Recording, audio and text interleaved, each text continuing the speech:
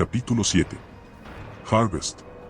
16 de enero de 2525. Tan pronto como los reclutas del primer pelotón llevaron sus bandejas de desayuno al centro de limpieza del comedor, Avery los vio en su marcha diaria, 10 kilómetros de ida y vuelta a lo largo de la autopista Gladstein. Después de 2 semanas de entrenamiento físico, ya estaban acostumbrados a la ruta, un camino devastadoramente aburrido a través de los llanos campos de trigo. Pero hasta hoy nunca lo habían hecho con mochilas completas de 25 kilos.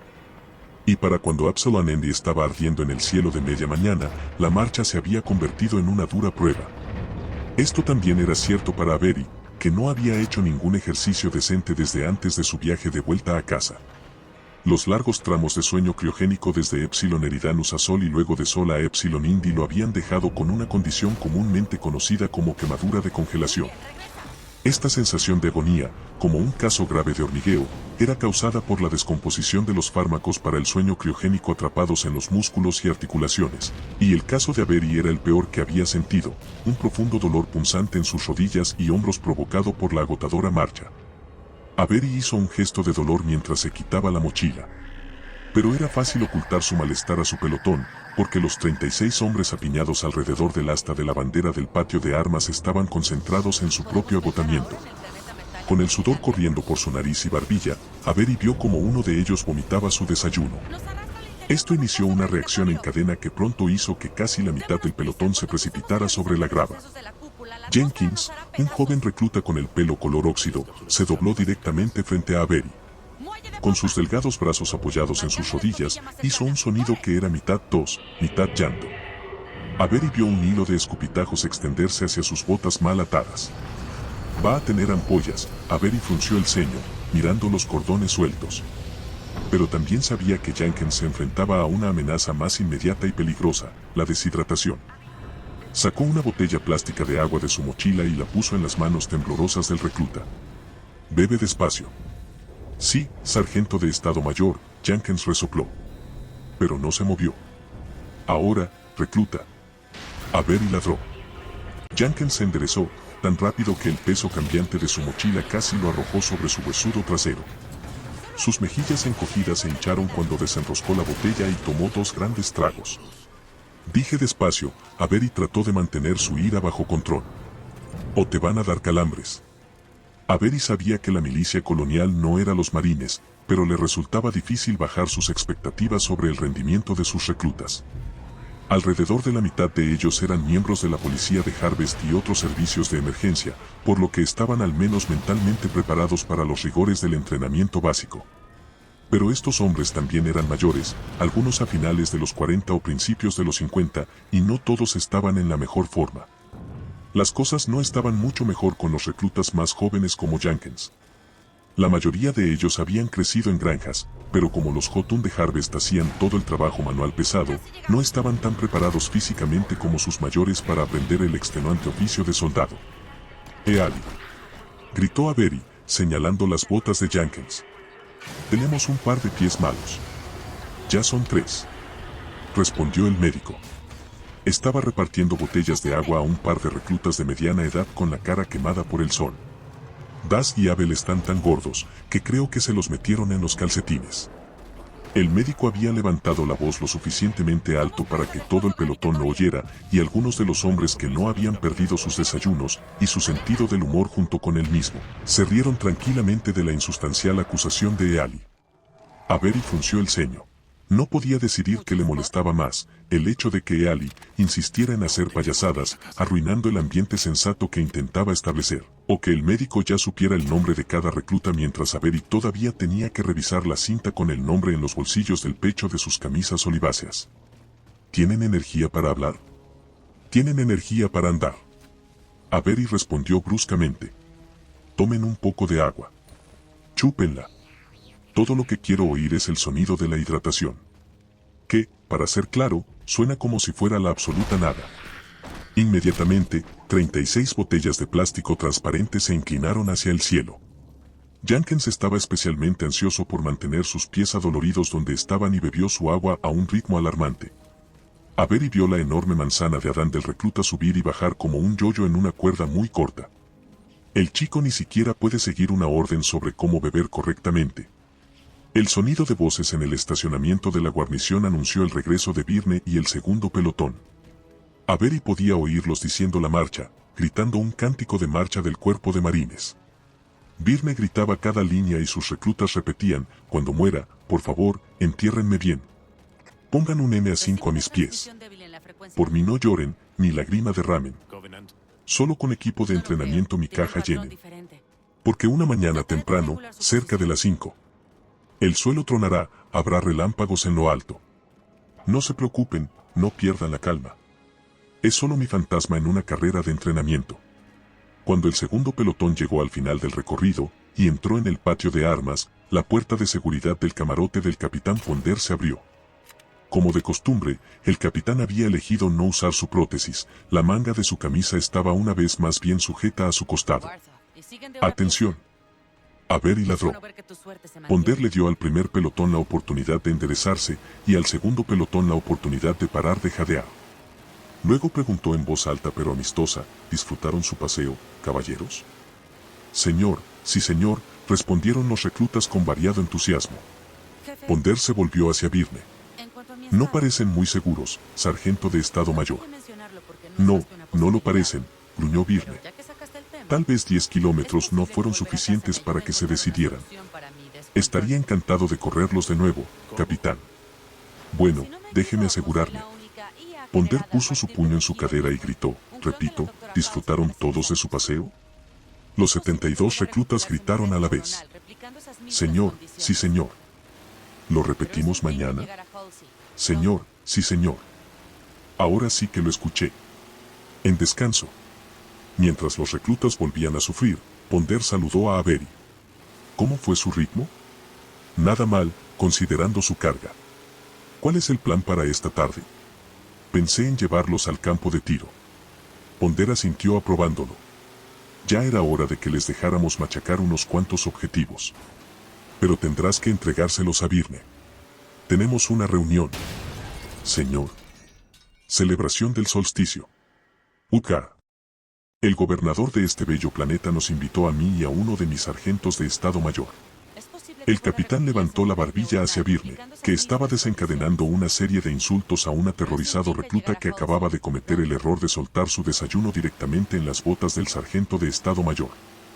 Es un asunto formal. Damas con vestidos largos, ese tipo de cosas. Ponder le sonrió a Avery. Tengo el presentimiento de que encajarás mejor. Entendido. La última cosa que Avery quería hacer eran preguntas de campo sobre la insurrección de un grupo de políticos borrachos. Pero mientras veía a Virne ordenar al recluta que empezara a hacer flexiones directamente sobre sus botas cubiertas de vómito, tuvo que admitir, el capitán probablemente tenía razón.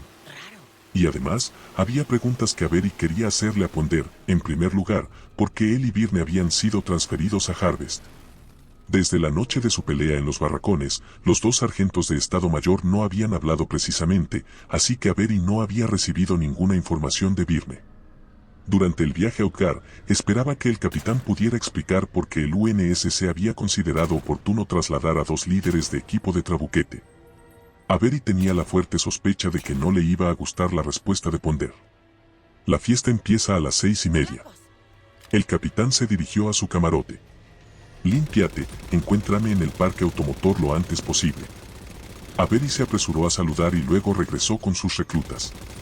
Forcell, Vick, Andersen, Jenkins. Gritó, leyendo sus nombres en su tableta de comunicaciones. 4 pares de hombros se pusieron un poco más rectos. Aquí dice que ninguno de ustedes ha manejado nunca un arma. ¿Es eso correcto? Sí, sargento de Estado Mayor. Las respuestas de los reclutas se detuvieron, avergonzados. Algunos de los milicianos más antiguos, agentes acostumbrados a llevar armas de pequeño calibre para su trabajo, se rieron de la inexperiencia de los reclutas. No será tan divertido cuando estén cubriéndolos en un tiroteo, gruñó Avery. La risa de los agentes murió rápidamente. Avery hizo un gesto para que Jenkins y los demás se reunieran. El capitán y yo tenemos una reunión en la ciudad. Así que el sargento de Estado Mayor Virne va a hacer que todos ustedes estén listos. Los reclutas se miraron en blanco, confundidos por la jerga de Avery. Les va a enseñar a disparar, aclaró Avery. Traten de no dispararse entre ustedes. Una hora después, estaba al volante de un Bartok, acelerando hacia el este en la autopista Gladstein con el capitán Ponder en el asiento del copiloto a su lado. Con el Absalon Andy pegando directamente sobre su cabeza, Avery estaba inusualmente contento con el diseño del vehículo. En una zona de guerra, la falta de techo y puertas del Bartok lo convertía en un paseo peligroso. Pero cuando el único enemigo al que se enfrentaba era el sudoroso agarre de su uniforme de gala azul marino, su compartimento de pasajeros al aire libre era una bendición absoluta. Para ayudar a mantenerse frescos, ambos hombres se habían quitado sus chaquetas y se habían enrollado las mangas de sus camisas hasta los codos. Ponder optó por mantener su brazo falso cubierto. Avery supuso que porque las articulaciones de titanio de la prótesis se calentarían incómodamente con la luz directa del sol. Por el rabillo del ojo vio al capitán estirar la mano y rascarse el hombro, masajeando la unión de nanofibras donde los circuitos se unían al cuerpo. Durante algún tiempo Avery y Ponder permanecieron sentados en silencio y vieron los campos de trigo alrededor de la guarnición dar paso a vastos huertos de melocotones y manzanas. Avery no estaba seguro de la mejor manera de romper el hielo. No solo quería llegar y preguntar, ¿por qué estoy aquí? Imaginó que había una buena razón por la que el capitán mantenía la información en secreto y sospechó que se necesitaría un poco más de delicadeza para sacar su respuesta. Así que empezó con algo simple. Señor, si no le importa que pregunte, ¿qué le pasó a su brazo? MEDF 9-21-1, respondió Ponder, elevando su voz por encima del rugido del Bartok. ¿Está familiarizado con la unidad? Avery analizó automáticamente el código, 9ª Fuerza Expedicionaria de los Marines, 21ª División, 1er Batallón. Era una de las muchas unidades que servían en Epsilon Eridanus. Sí, señor. Tipos duros. Eso es lo que eran. El capitán metió 2 dedos metálicos de su prótesis en el bolsillo de su camisa y sacó un cigarro Sweet William. Yo solía ser su oficial al mando. Avery apretó su agarre en el volante cuando un remolcador pasó en la dirección opuesta. ¿Qué clase de acción vio? Hizo lo que pudo para mantener un tono casual. Pero si lo que Ponder decía era cierto, eso significaba que era una parte crítica de la lucha del UNSC contra la insurrección, que su presencia en Harvest era tan extraña como la de Avery y Byrne. No nos andemos con rodeos, sargento de Estado Mayor. Trabuquete. Está en su expediente. En el de Byrne también. Y me he pasado las 2 últimas semanas preguntándome exactamente lo mismo. El capitán mordió la punta de su cigarro. ¿Por qué el cuerpo enviaría a 2 de sus más feroces hijos de puta hasta aquí? Esperaba que usted pudiera arrojar algo de luz sobre eso, señor. Demonios, si lo supiera. Ponder sacó un encendedor plateado con una bisagra del bolsillo de su pantalón, lo abrió y comenzó a encender su cigarro. El comando de la flota no ha sido tan generoso con la información, dijo entre bocanadas. Luego, cerró el encendedor, desde que me degradaron. Algo encajó en la cabeza de Avery. Por supuesto, pensó, el comandante de un batallón de marines sería al menos un teniente coronel, con 2 grados de paga más altos que el rango de capitán de Ponder. Pero Avery no tenía idea de lo que eso significaba con respecto a la pregunta más grande. En todo caso, la revelación de Ponder hizo las cosas aún más confusas. ¿Lo degradaron, señor?, preguntó, moviéndose a la deriva. Perdí mi brazo, comenzó Ponder, en Ciudad Elysium, Eridanus 2. Puso una de sus botas en el tablero de instrumentos. Eso fue en los años 13. Watts y su pandilla estaban empezando a mostrar sus dientes. El coronel Robert Watts, o ese bastardo para la mayoría del personal del UNSC, era un oficial del cuerpo de marines nacido y criado en Epsilon Eridanus que había desertado al lado de los insurreccionistas al principio de la guerra. Él y el grupo de traidores que comandaba eran uno de los objetivos prioritarios de Trabuquete. Hasta ahora, nadie había conseguido un tiro decente contra él, aunque Avery se había acercado una vez. Esperábamos capturar al segundo al mando de Watts, continuó Ponder, dando una larga calada a su cigarro. Los almirantes del comando de la flota querían que mi batallón entrara con fuerza, con blindaje y apoyo aéreo. Intimidar a los locales para que entregaran al tipo sin luchar. Pero la ciudad seguía estando dividida. No todos estaban del lado de los Inies, y pensé que un poco de moderación podría ayudarnos a ganar algunos corazones y mentes. Avery gruñó. Debe haber sido antes de mi tiempo. Las cosas eran diferentes al principio. Todavía había tiempo para dialogar, una oportunidad para la paz. Ponder sacudió la cabeza. De todas formas este tipo, mi objetivo, se había casado con la hija de uno de los oficiales locales. Pensé que el suegro estaría muy enojado cuando una columna de soldados armados apareciera en su puerta. Pero lo siguiente que supe fue que estaba en su sala de estar, tomando té. Ponder quitó la ceniza de su cigarro. Hablamos de nada durante unos minutos, nos pusimos cómodos. Luego, cuando su esposa me sirvió una segunda taza, comencé la conversación. Buscamos a fulano, ¿sabe dónde podemos encontrarlo? No queremos hacerle daño a su hija, etcétera, etcétera. Y me miró directamente a los ojos. Ponder se detuvo y miró fijamente el parabrisas inclinado del Bartok. Me mira a los ojos y dice, algún día ganaremos. No importa lo que cueste. El capitán flexionó su prótesis, haciendo una pantomima de sus recuerdos. Luego puso su brazo alrededor de la esposa del objetivo, su propia hija, y la levantó así. Me tomó un segundo darme cuenta de que tenía una granada. Avery no sabía qué decir, excepto que, habiendo heredado la insurrección de hombres como Ponder, había visto cosas al menos igual de sorprendentes, al menos igual de trágicas. Sabía que era un engaño. Este tipo estaba dedicado a la causa, sin duda. ¿Pero mataría a toda su familia? No iba a suceder. Ponder sacó el cigarro medio fumado de sus dientes y lo molió en el tablero. Uno de mis francotiradores pensó diferente. Disparó apresuradamente a través de la pared de su casa, partió al tipo por la mitad. Pero él sacó el pasador por reflejo. El capitán se encogió de hombros. Me lancé para evitar la explosión. Las cosas empeoraron a partir de ahí. Espacio estrecho, soldados nerviosos. Avery sabía que lo peor significaba muchas víctimas civiles, algunos altos mandos muy enfadados y, para colmo de males, Ponder perdió 2 puestos en el escalafón. Creo que querían que me retirara anticipadamente. Pero me mantuve firme, dijo el capitán. Soporté una gran cantidad de pésimos barracones y me abrí camino hasta el EMC. Pensé que había dejado atrás la insurrección. Le echó a Avery una mirada más inquisitiva que acusadora. Entonces llegaron ustedes dos. Una vez más, Avery se quedó sin palabras. Pero Ponder pronto se perdió en más recuerdos de ese terrible día de hace mucho tiempo, y por un tiempo ambos hombres reanudaron su silencio. En los huertos de manzanas, Avery vio los Jotun, un par de monstruosos recolectores lo suficientemente grandes como para engullir árboles enteros con sus brazos agitadores. Había oído a Eali discutir con uno de sus reclutas sobre el número exacto de Jotun en Harvest. El médico se negaba a creer que hubiera 3 Jotun por cada persona, casi 1 millón de máquinas, hasta que el recluta explicó que estaba contando todas las versiones diferentes, desde los más pequeños fumigadores aéreos hasta las bestias de 6 ruedas como las del huerto. Es gracioso, dijo Ponder de una manera que dejó claro que no creía que lo fuera en lo más mínimo. Pero al principio lo echaba de menos, mis hombres, el combate, todo. Me llevó años darme cuenta de lo disparatado que era, de que había tenido mucha suerte de salir cuando lo hice. Antes de que las cosas se pusieran muy mal y cometiera un error que hiciera que muriera mucha más gente. Avery asintió con la cabeza, aunque también podría haber dicho, sé exactamente lo que quiere decir. Para entonces el Bifrost había comenzado a levantarse ante ellos. Todavía estaban a 1 hora de distancia de la escarpa de piedra caliza, pero entrecerrando los ojos, Avery pudo ver oscuros intercambios tallados de un lado a otro de su cara que los llevaría hasta Utgard.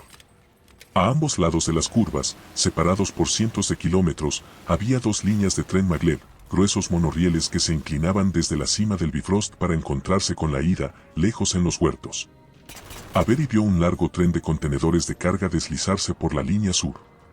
El tren parecía moverse demasiado rápido para el tamaño de los contenedores, y Avery se dio cuenta de que debían estar vacíos, yendo a un depósito donde cientos de Jotun esperaban con cargas recién recogidas. Quizás el comando de la flota decidió que necesitabas un descanso, dijo Ponder. A lo mejor, dijo Avery. Era una explicación tan buena como cualquier otra. Bueno, ¿por qué no empezar esta noche? Tomar un trago, bailar con una chica. Avery sonrió a pesar de sí mismo. ¿Es una orden, señor? Ponder se rió y le dio una palmada en el muslo con su brazo artificial. Sí, sargento de Estado Mayor. Sí, lo es. Cuando Avery llevó el Bartok al estacionamiento curvo del edificio del Parlamento de Harvest, sabía mucho más sobre el capitán Ponder. Como la lucha contra la insurrección le había obligado a perderse la boda de su hijo mayor y el nacimiento de su primer nieto, ocasiones preciosas en las que había perdido más que su brazo. Mientras desmontaban, se abotonaban los botones de bronce de sus abrigos y se ponían sus gorros, Avery se dio cuenta de que no solo confiaba sino que respetaba más al hombre que llevaba el uniforme como su comandante. El vestíbulo del Parlamento estaba lleno de gente que iba a la fiesta, hombres en trajes de colores pastel rayados, mujeres en vestidos de cuello con volantes, modas que ya estaban anticuadas en los salones de los mundos centrales, pero que acababan de conquistar la alta sociedad provinciana de Harvest. Algunos de los invitados se quedaron boquiabiertos y murmuraron al pasar a Avery y Ponder. Y el sargento de Estado Mayor se dio cuenta de que eran los primeros marines, los primeros soldados, que algunos de los invitados habían visto. Pero mientras se abrían paso por una abarrotada escalera de granito hacia el salón de baile, algunas de las curiosas miradas se volvieron frías. Puede que seamos una aparición nueva, Avery sonrió, pero no necesariamente bien recibida. Parecía que el manejo de la insurrección por parte del UNSC no era más popular en Harvest que en cualquier otro lugar. Nils Tune, alguien gritó desde el rellano en lo alto de la escalera. Una mano gruesa salió disparada de una gran franja de tela a rayas rojas y blancas. Usted debe ser el capitán Ponder. Gobernador, Ponder se detuvo en el escalón superior y saludó. Luego extendió su mano. Es un honor conocerlo. Igualmente, por supuesto. El agarre de Tune fue tan fuerte que prácticamente arrastró a Ponder hasta el rellano. ¿Puedo presentarle a uno de mis hombres? El sargento de Estado Mayor Avery Johnson. Tune soltó la mano de Ponder y se la ofreció a Avery. ¿Y bien, Johnson? La barba roja de Tune se abrió con una amplia y brillante sonrisa. ¿Qué piensas de nuestro planeta? Avery tenía un fuerte agarre, pero el de Tune lo estaba inmovilizando. Su mano poseía la clase de fuerza que se obtiene de años de agricultura a la antigua, sin la ayuda de una flota de autómatas enormes. Avery supuso correctamente que, a pesar de su vigor, el gobernador ya tenía 60 años, que había sido uno de los primeros colonos en desembarcar en Harvest. Me recuerda a mi hogar, señor. Avery sonrió. Crecí en la tierra, en la zona industrial de Chicago. Tune soltó la mano de Avery y le puso el pulgar felizmente en el pecho. Minnesota. De donde son mi madre y mi padre, hasta donde puedo recordar. Ampliando su sonrisa, condujo a los marines hacia la puerta de un salón de baile brillantemente iluminado.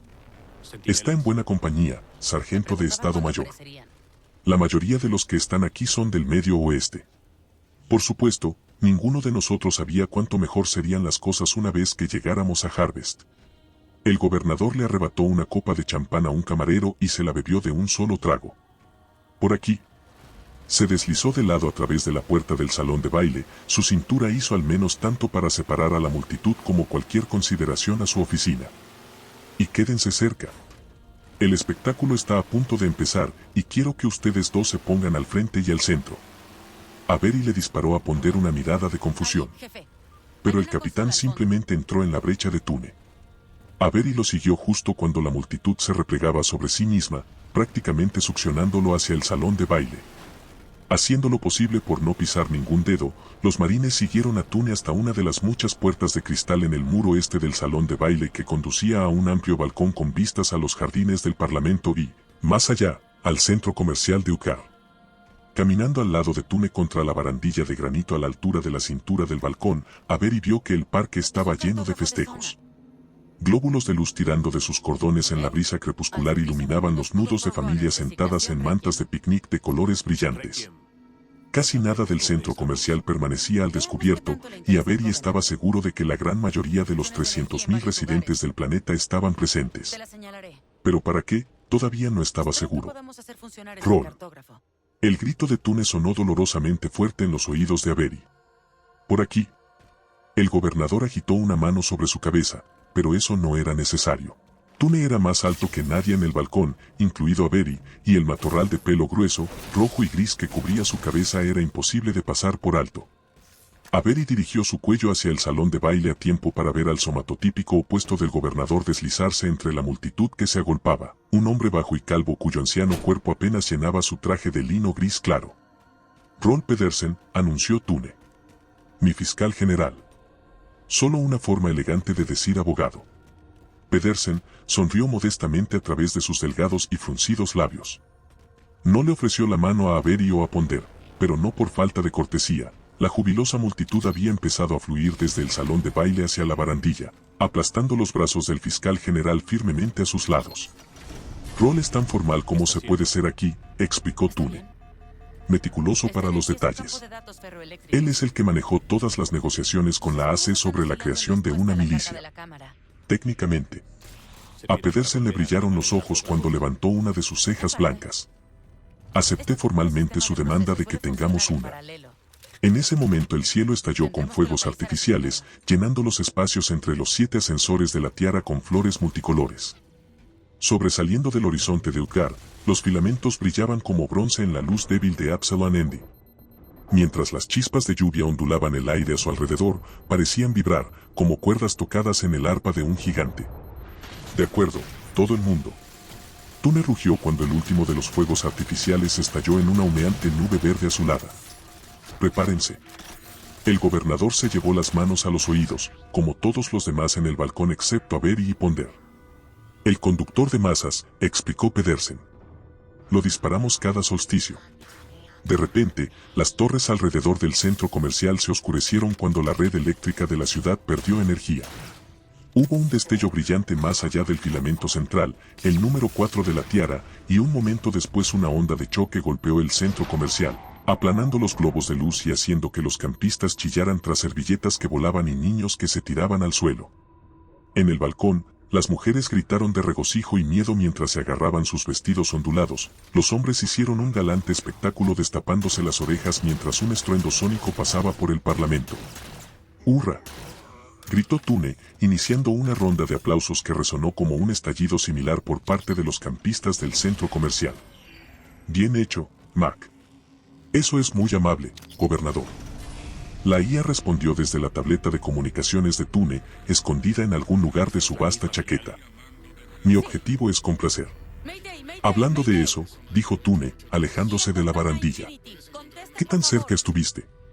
Pedersen liberó una mano y señaló tras Tune, haciendo saber a los 2 marines que se esperaba que lo siguieran. Esta vez el gobernador los llevó al extremo del salón de baile donde un grupo de jóvenes, niñas con lazos satinados en sus vestidos y niños con chalecos y zapatos brillantes, se aglomeraron alrededor de una mesa circular cubierta con una cornucopia de frutas y verduras. Un proyector holográfico plateado estaba centrado en una corona de frondosas vides y racimos de uvas de color púrpura profundo. Encima de eso estaba Mac. Falló por 1,5 kilómetros, dijo la IA, frotándose la nuca con un pañuelo sucio. En realidad, más de 50 kilómetros. Pero estoy seguro de que ella dirá algo. Sin duda. Sin duda, se rió Tune. Escucha, me gustaría que conocieras al capitán Ponder y al sargento de Estado Mayor Johnson. Marines del UNSC. Están aquí para formar una milicia. Mac. Operaciones agrícolas. Mac tocó el borde de su sombrero de vaquero. Luego, asintiendo hacia el balcón y al conductor de masas en algún lugar más allá, igual que los grandes cañones de la armada.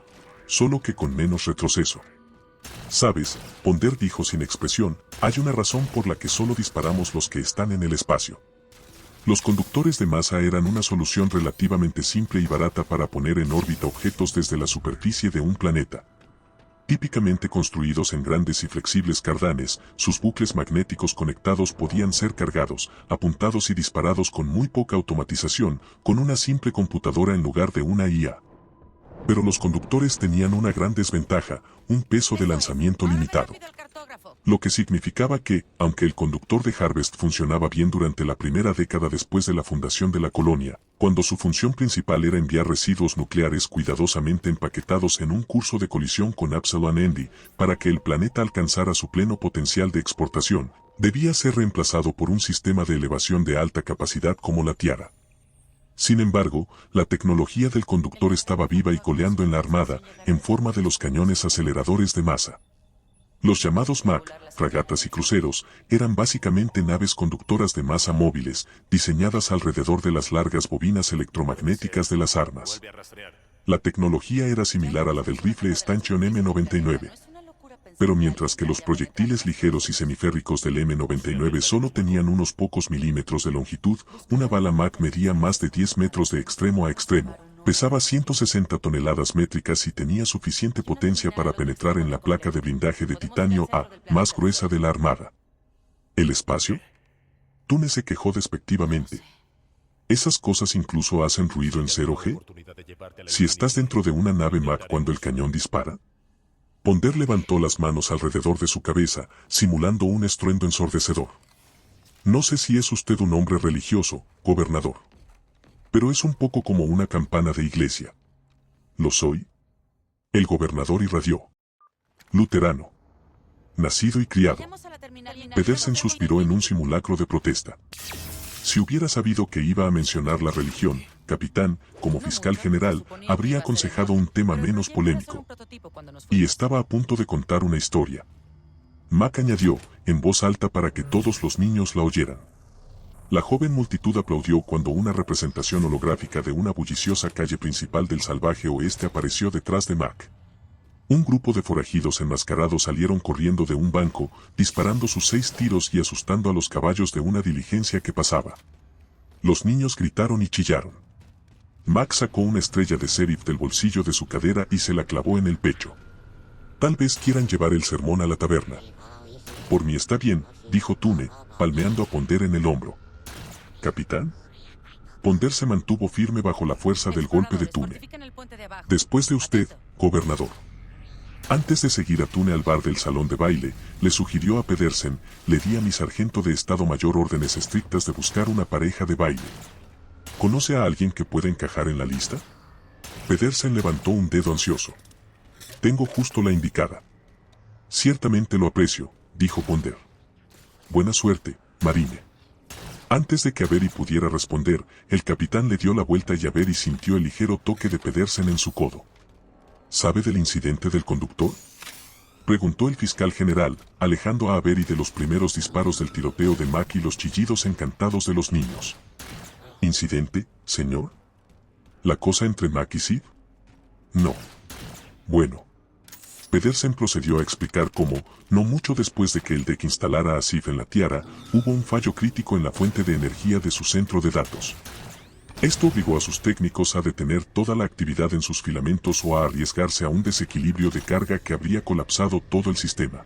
Había sido una crisis grave, y Mac decidió resolverla usando el conductor para poner en órbita una nueva fuente de energía. Tratando de ser lo más útil posible, disparó el componente directamente hacia la estación de acoplamiento número 4 de la Tierra. Fue un logro increíble. Pero cuando los técnicos de Sif le devolvieron la energía y se enteró de lo que Mac había hecho, como podía haber destruido fácilmente su centro de datos, a Sif no le hizo ninguna gracia. Por eso no está aquí esta noche, concluyó Pedersen, cuando salieron del salón de baile y se dirigieron a la tranquila esquina noreste del balcón. Por eso siempre se le ocurre una excusa educada para no asistir a ninguna celebración que implique un disparo del conductor. Es una lástima, en realidad. Creo que le vendría bien un poco de diversión. Es toda una declaración de culpabilidad, su señoría. La voz de una mujer sonó desde la barandilla, llevando a Pedersen a detenerse apresuradamente. Pero Avery ya había notado a la mujer a muchos pasos de distancia, viendo cómo su diáfano chal plateado cubría solo parte de su espalda desnuda. Redujo su ritmo para darse tiempo a quitarse la gorra y alisar su cabello. Mis disculpas, señora Al-Signy, respondió el fiscal general. Pero estaba hablando de Sif. El incidente con el conductor. Por supuesto. Gillan se apartó de la barandilla y se volvió hacia el fiscal general. Si recuerdo bien, mi departamento ordenó que usted cerrara el conductor. Si recuerdo bien, rechazamos esa orden porque violaba los estatutos de la AC, una grave violación de nuestra ya limitada soberanía. El fiscal general guiñó un ojo. Pero extraoficialmente, ¿cómo podríamos haber renunciado a un entretenimiento tan espectacular? Gillan se rió. No voy a discutir eso. Lo siento, dijo Pedersen precipitadamente. ¿Sargento de Estado Mayor Avery Johnson? Representante Gillan Al-Signy, DEC. Gillan ofreció su mano. Avery dudó. Si ella hubiera llevado un uniforme insípido del DCS, él habría sabido qué hacer, tomar su mano y estrecharla. Pero su vestido plateado hasta el suelo lo hizo tropezar. Con su talla estilo imperio y su blusa con cuello alto, ella era la imagen misma de la moda de los mundos centrales. Su pelo negro estaba recogido cerca de su cabellera y detrás de sus orejas, Y se mantenía perfectamente quieto incluso cuando una brisa fresca proveniente del centro comercial atrapaba su chal y lo arrancaba de sus suaves hombros marrones. Besar es para los políticos, dijo Gillan, tomando su chal en sus codos. Y ciertamente no soy eso. Entonces Avery se estremeció. Su agarre no era tan fuerte como el del gobernador, pero no tan delicado como sus delgados brazos sugerían. Si me disculpan, Pedersen tosió y le dio una palmadita en el pecho. Necesito rescatar al oficial al mando de este marine, de una discusión fascinante sobre la trayectoria de su alma inmortal. Gillan sonrió. Dale mis saludos al gobernador. Pedersen juntó sus talones y volvió al salón de baile. Gillan esperó a que desapareciera entre la multitud hasta que ella y Avery estuvieron solos, antes de hablar. Te diría que te relajes. Pero no parece ser de ese tipo. Avery no sabía cómo responder a eso. Pero le concedieron un respiro gracias a una pareja de bailarines que lo golpearon en la espalda y luego se alejaron, riéndose de manera arrepentida. El cuarteto de cuerdas había emprendido un segundo movimiento más animado. Los invitados que no habían entrado a renovar sus bebidas después de los fuegos artificiales abandonaban sus conversaciones ociosas por el lenguaje más atractivo del vals. Gillan recuperó un pequeño bolso plegable que colgaba de una de sus muñecas. Estaba cubierto con pequeños espejos en forma de escamas de pescado que deslumbraron la mirada de Avery. 487-89-20114 AJ, dijo, sacando una tableta de comunicaciones del bolso y leyendo en su pantalla. Ese es tu número de serie, ¿correcto? Los ojos de Avery se reenfocaron. Sí, señora. De repente su sonrisa no parecía tan dulce. Líder de equipo, Destacamento Orión, División Naves Pequod. Con todo respeto, señora. Eso es clasificado. Ya lo sé. Avery sintió que la humedad empezaba a acumularse bajo sus brazos. ¿En qué puedo ayudarla, señora? Los Íñez están atacando naves de carga. Destruyendo la carga, matando a la tripulación. Necesito que los detengas. Soy un instructor. Milicia colonial. Encuentre a alguien más. Gillan se subió el chal a los hombros. Estuviste ausente sin permiso en Chicago, dijo ella con naturalidad. Y estás siendo investigado por una posible mala conducta grave. Avery apretó la mandíbula. Me absolvieron de... Dado tu estatus, ¿no te pareció extraño que el comando de la flota aprobara tu solicitud de traslado? Avery entrecerró los ojos con una mirada intimidante. Le diré lo que es extraño. Alguien del DEC con acceso a mi expediente me habla como si fuera mi comandante. Gillan levantó su tableta de comunicaciones y la giró para que Avery viera la foto de su identificación brillando en su pantalla. Con su uniforme oficial del UNSC, Avery pensó que se veía tan hermosa como con su vestido. Pero solo en la forma en que consideraba un arma bien mantenida, limpia, bien asegurada y lista para infligir una fuerza mortal. Un sello de texto debajo de su foto aclaraba su verdadero rango y afiliación departamental, Teniente Comandante, Sección 3 de la ONI.